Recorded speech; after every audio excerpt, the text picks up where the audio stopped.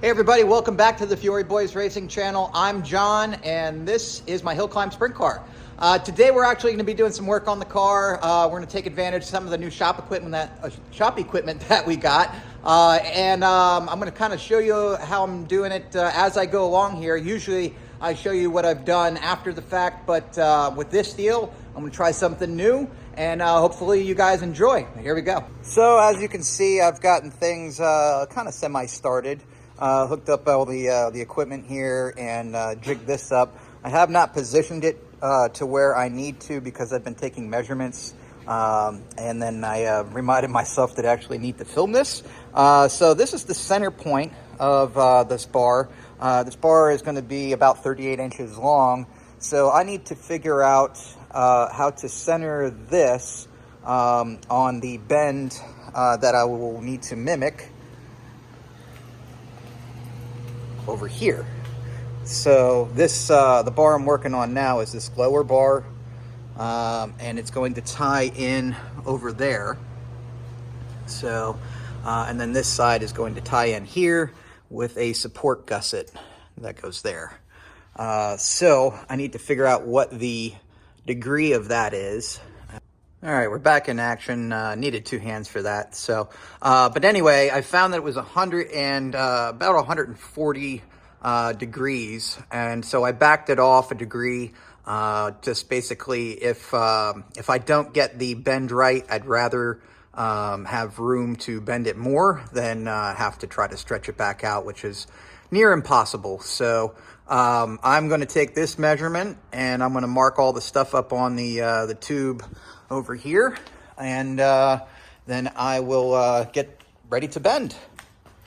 So just got to transfer this information on here, and all this is new to me. So if you guys have any tips or see anything I'm doing that's wrong, really wrong, let me know. So I am going to take care of this, and I'll be back in a jiff.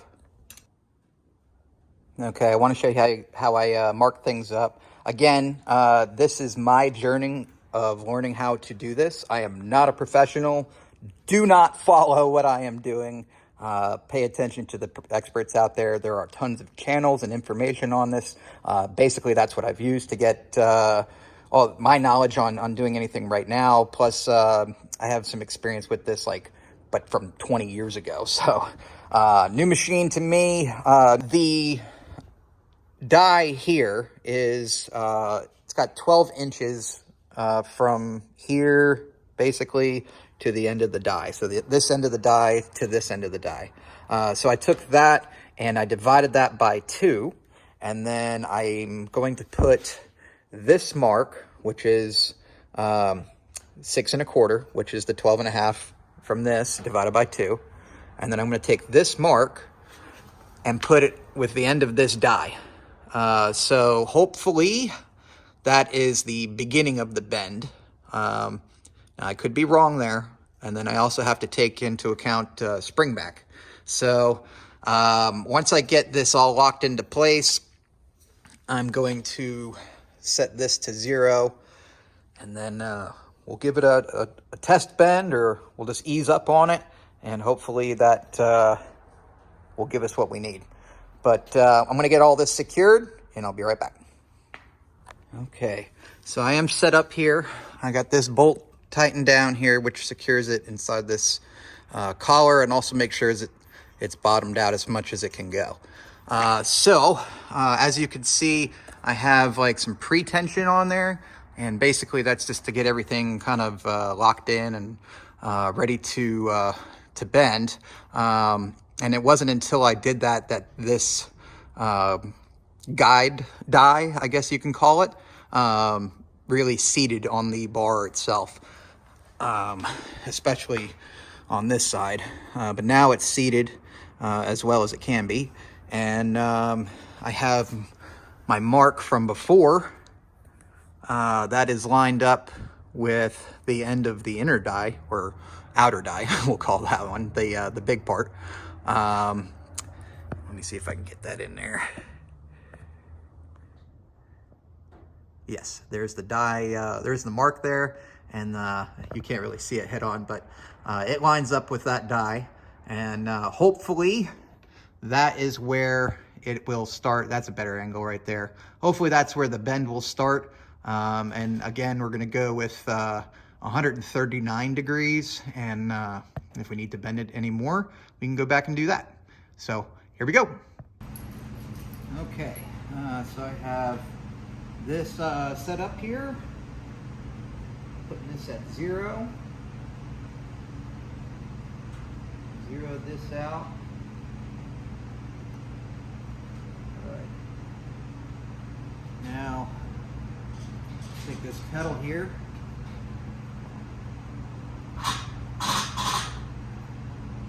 Very, very nerve-wracking. For these two pieces of tubing, it was $640 something, and I don't have to pay tax because of my business. So that's a lot of money. So if I mess this up, it'd be very expensive. And no, I didn't have any scraps in this size that I could test with. So here goes nothing.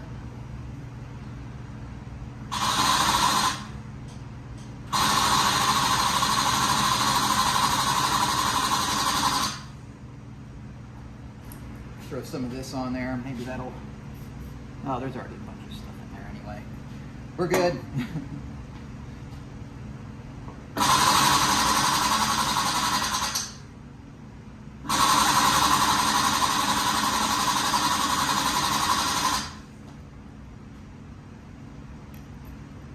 Long way to go.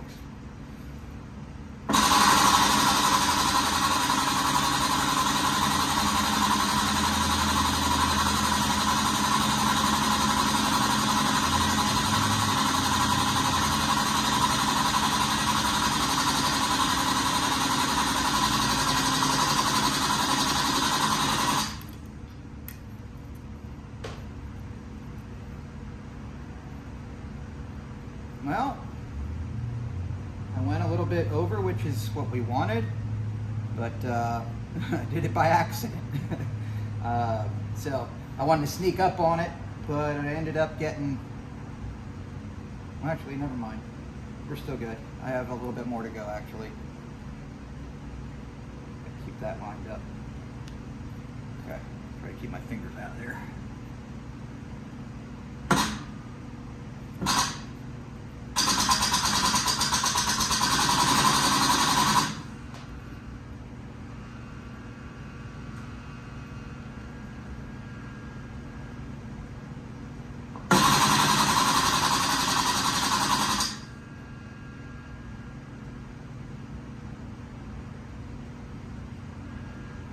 I think that's pretty good there. Went a little bit past it, and I'm gonna release it here.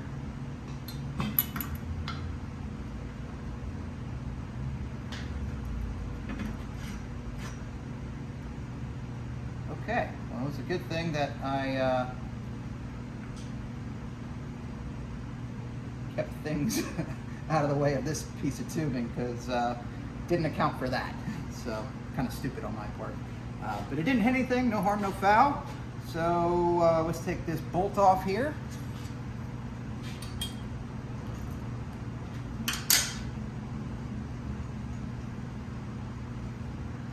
That's good. Nice clean bend. All right, so kind of nailed it here.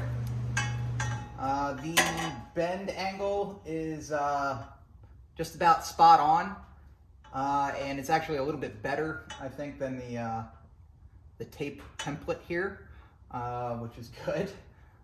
So I will. I'm looking at my cut marks. My cut marks are spot on, so they'll work great. I can cut them exactly where I intended to, which is what I'm going to do next, and then we'll get started on the top one. And we'll go from there. All right, I got this cut off and ready. I use this thing here, which is freaking awesome. I got it at Harbor Freight. The combo is like $300, and I didn't need a chop saw and a band saw that cuts thicker metal because this thing does both. If I need a chop saw in the future, then we'll cross that bridge when we get to it. But until now, that thing is covering all the bases. Anyway, got this thing cut out. Let's see how this guy fits here. Oh yeah. You could see, just like we wanted to, it is just a little bit less of a bend than the template that we made up here. And it is a little bit longer than we needed, which is fine because the blank that I have is good enough to do more than 2 of these. So, and I got 2 tubes so that we can do both sides. But anyway, this side is great. Looks like it's going to tie into that spot where we wanted to just fine. And then up here, we'll cut it to size and then fish mouth it. And then up here, we'll make the other bar and we'll tie this all together and then we'll gusset it up and hopefully it'll look great. And then once that's all done, we'll put the gusset bar between this union here and right down there. So I'm gonna put the camera down and see what's next. And okay, as you can see, I have both of the bars bent up and they're ready to go. The reason why they are longer on this side is because I wanted this X brace to be closer to me, the driver. So this will be, these longer ones will be towards like this part forward, and obviously since I sit about here, the X will be like right about there. And then you can see here, I cut out the bar, that bar over there, I cut this one out. There it is right there. Yeah, a little bit of work to go. I'm not gonna be welding this up today. I want to get, maybe get some tools from that company, Centurial, whatever they wanna call it. I know they make really good stuff, and they have tools that'll help you accurately mark your fish mouths or you know, cuts. So anyway, I'll be getting the other side, all the, you know, other bars bent up and prepped and everything ready to go.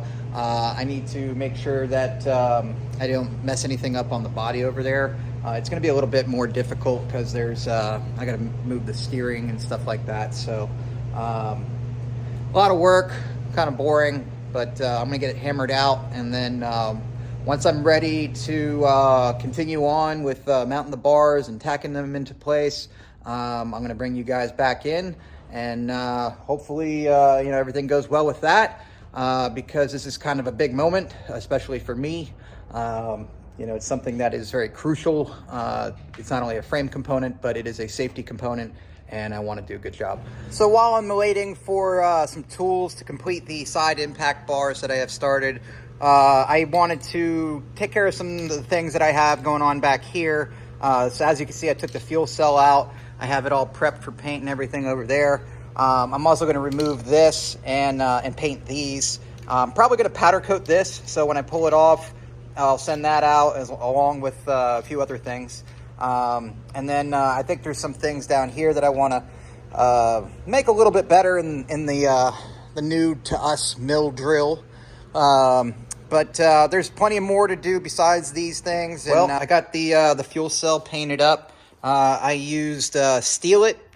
This stuff lays really, really well over other paint. Like, so if you've had to remove some paint from any areas like we had to do here, and then coat back over it, this does a real nice job. I've used it for years. That frame is actually painted in it. It's really expensive though. Like, this can's $30. I know a lot of you guys are familiar with the product, but there are some other alternatives out there. I don't think those alternatives have the range and colors that these guys do now.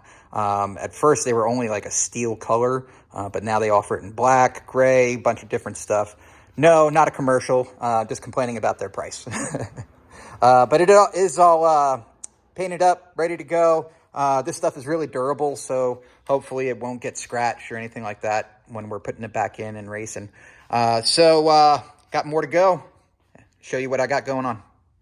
All right. So on this deal, I I was gonna stretch this up to the line here because the fuel cell pokes out just a little bit. But all of this is covered up by another panel. So you really can't see any of this, but I did want to finish it off and make it look a little bit more professional. So what I did was I made these panels, and basically what they're doing is covering up all that jazz.